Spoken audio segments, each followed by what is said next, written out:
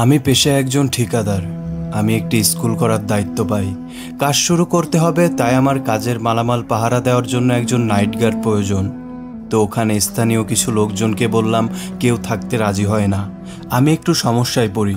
বাধ্য হয়ে আমি আমার একজন বন্ধুর কাছে যাই।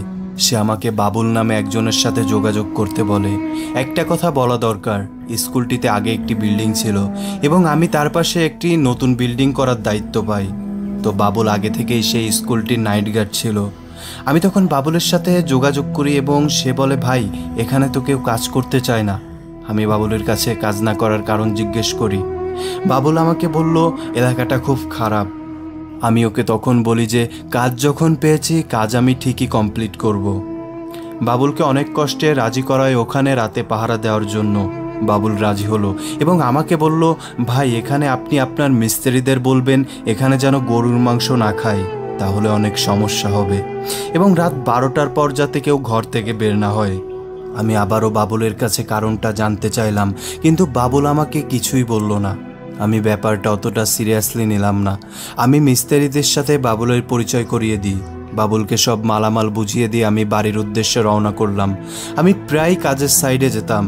একদিন একটু ঝামেলার জন্য আমি অনেক রাত অবধি ওই কাজের সাইডে থেকে যাই, এবং রাত যখন গভীর হয় আমি তখন বাড়ি আসতে চাই, কিন্তু কোথাও কোনো যানবাহন ছিল না।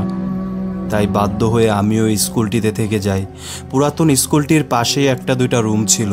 একটাতে মিস্ত্রিরা থাকতো আর একটা রাখা হয়েছিল আমার জন্য, এবং স্কুলটির বারান্দায় থাকতো বাবুল। মিস্ত্রিদের সাথে কথাবার্তা শেষ করে আমি প্রায় রাত 1টার দিকে আমার রুমে ঘুমাতে যাই।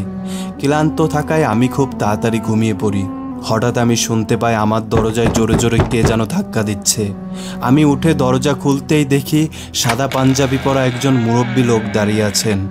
সে আমাকে জানায় যে একজন মানুষ মারা গেছে, তার জানাজা হবে, এবং আমি যেন সেই জানাজায় উপস্থিত হই। আমি ঘুমের ঘরে থাকায় ব্যাপারটা সিরিয়াসলি না নিয়ে লোকটির সাথে হাঁটতে থাকি। আমি মনে করি যে বাবুল আর মিস্ত্রিরা ওখানে যাবে।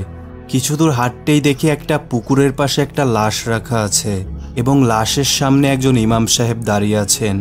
50 থেকে 60 জন মানুষ জানাজা পড়ার জন্য দাঁড়িয়ে আছেন। আমিও তাদের সাথে যাই এবং জানাজা পড়তে দাঁড়িয়ে যাই। কিন্তু কিছুক্ষণ পর আমার ঘুমের ঘোর কেটে গেলে আমি বুঝতে পারি এটা কোনো সাধারণ জানাজা না। জানাজা সাধারণত 5-6 মিনিটের ভিতর শেষ হয়ে যায়, কিন্তু এই জানাজা শেষ হওয়ার কোনো লক্ষণই আমি পাচ্ছিলাম না। আমি তখন একটু আর চোখে আমার মিস্ত্রিদের খুঁজতে থাকি, কিন্তু তাদের কোথাও আমি দেখতে পাই না। হঠাৎ আমার চোখ পড়ে জানাজায় দাঁড়ানো মানুষদের পায়ের দিকে। আমি যা দেখতে পাই তা আমি নিজের চোখেও বিশ্বাস করাতে পারছিলাম না। আমি দেখতে পাই তাদের কারো পা মাটিতে নেই, তাদের চোখ থেকে যেন আগুনের ফুলকি বেরোচ্ছে। আমি যে দৌড় দেব তাও আমি পারছিলাম না, আমার পা যেন মাটিতে আটকে গেছে। আমি আর সহ্য করতে পারি না, আমি অজ্ঞান হয়ে পড়ে যাই এবং তারপর আমার আর কিছুই মনে নেই। আমার যখন জ্ঞান ফিরে তখন আমি দেখি যে আমার পাশে বাবুল ও মিস্ত্রিরা দাঁড়িয়ে আছে। তারা আমাকে বলে আমি নাকি কাল রাতে কোথা থেকে দৌড়ে এসে দরজার সামনে পড়ে যাই। তারা আমাকে ধরাধরি করে আমার রুমে নিয়ে আসে। তখন তারা আমাকে বলে এখানে নাকি অনেক আগে একজন নাইট গার্ডকে মাঝরাতে ডেকে নিয়ে গলা টিপে মেরে ফেলে, এবং তার লাশ পাওয়া যায় সেই নদীর তীরে যেখানে কাল রাতে আমি জানাজা পড়েছি। বন্ধুরা, এটাই ছিল আজকে আমাদের ঘটনা। যদি ঘটনাটি ভালো লেগে থাকে তাহলে সাবস্ক্রাইব করুন খানের ভৌতিক এলাকা ইউটিউব চ্যানেলটি, আর ফেসবুক থেকে দেখে থাকলে অবশ্যই আমাদের ফেসবুক পেজটি ফলো করে দেবেন। সো বন্ধুরা, দেখা হচ্ছে অন্য কোনো ভিডিওতে। আল্লাহ হাফেজ, টাটা।